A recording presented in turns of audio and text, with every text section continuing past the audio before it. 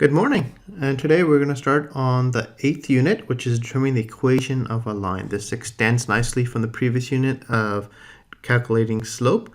Slope is just one part of a line. This unit is very important for the academics, grade 11 sciences. A lot of relationships have a linear relationship. In other words, when you graph them, they become a line. So it is important to determine the rate of change, the slope, so we can figure out how fast reactions are going or how fast something is going to change, and be able to determine the equation, because then we can make predictions based off the equation. Okay, so let's get started. So here on the first page here, I've got 8 different equations and I've already sketched them out. So you can take a moment here, copy them out, and while you're drawing them out, I want you to look at these relations and see which ones are linear and which ones are not, right? Linear are ones with a constant rate going up at an even rate or going down at an even rate, and are lines, linear with the word line automatically built right into it,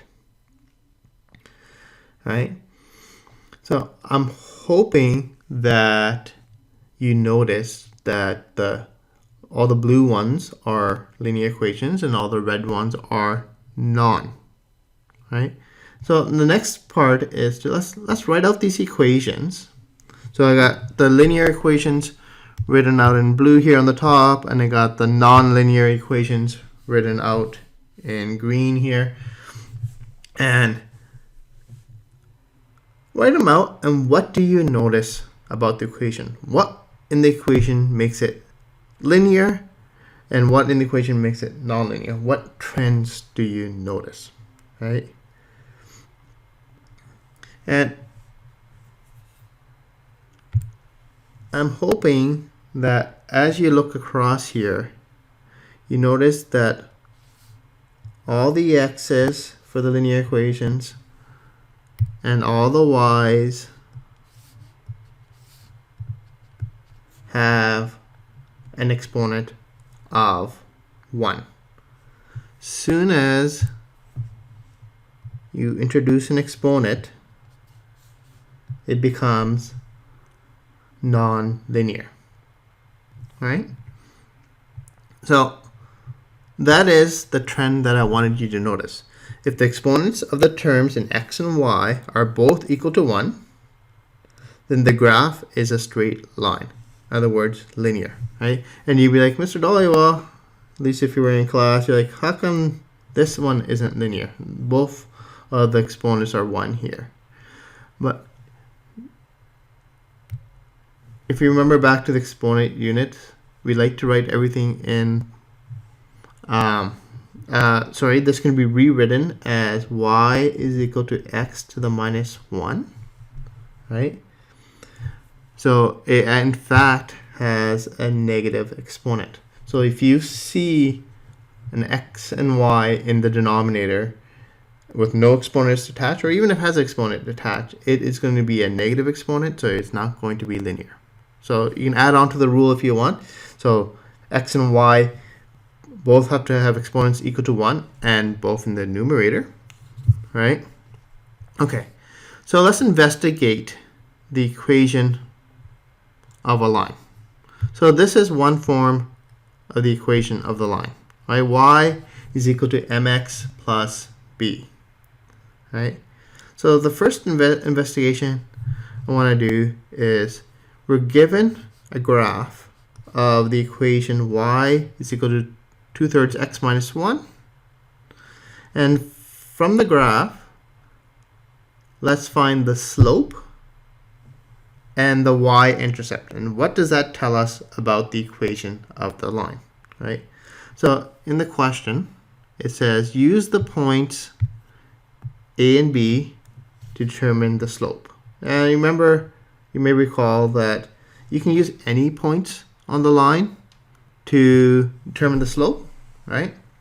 So slope was equal to the rise over run. So how far up do we go? 1, 2. Our rise is 2. And our run is 1, 2, 3. Remember, going up is positive, and also going to the right is positive. So our rise is 2 over 3. Sorry, our slope is 2 over 3. Now, what is our y-intercept? Okay, what is the y-intercept? Is where the line intercepts the y-axis. Right? Where does the line cross the y-axis? And it crosses right here. So what is the y value at this point? Y is equal to -1. So our intercept is equal to -1. Now, how does the slope and the y-intercept compare to our equation that we had here? Right? Right? So we can sort of seems like the slope is the coefficient of x.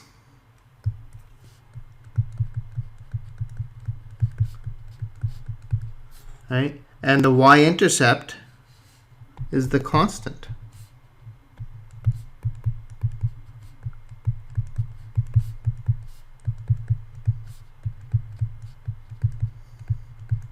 Right? I want you to investigate this further. See if this is always the case. So in the next example, we're given two lines. Y is equal to 2x plus 1. And y is equal to -5 over 2, x minus 3. That'll be this line over here. So we have the green line and the yellow line. Do the same thing. Pick 2 points on the line, determine the slope, determine the y-intercept, and see how they relate to the equation. And see if you can make a general conjecture about the equation of the line. So pause the video. Give that a try. So I'm hoping for the first equation you came up with the slope of 8 over 4, which is 2. And notice that it is equal to the coefficient of x. And the y-intercept is equal to the constant here. And similarly, with the second line, we have the slope is equal to the coefficient, and the y-intercept is the constant, right?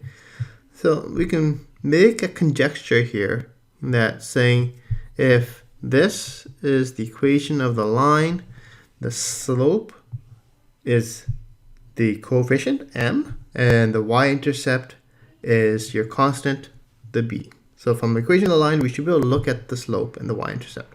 So I want you to do one final test. And on the next practice example here, we're given the equation.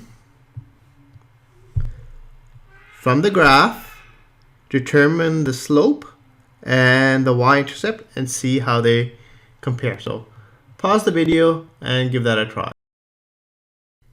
So from the graph, I'm hoping you came up with the fact that the slope is equal to 5 over 2 and the y-intercept equal to 4. And perhaps you're wondering, why does this not match up with the equation of the line? Just like we did in the previous ones, right? The reason why is that this equation is not written in the correct format. We talked about the equation of the line looking like y is equal to mx plus b, right? So the reason why this didn't work out is because we have a coefficient in front of the y. So if you want to be able to read off what the slope is from equation of the line it has to be in the format y is equal to mx plus b, where y doesn't have any coefficient in it. So it needs to look like that. So if you were to move y to the other side, like I've drawn here in the blue bubble here, right? You divide both sides by 2, you end up with the equation y is equal to 5 over 2x plus 4. And now the coefficient in front of x matches up with the slope, and the constant matches up with the y-intercept, right?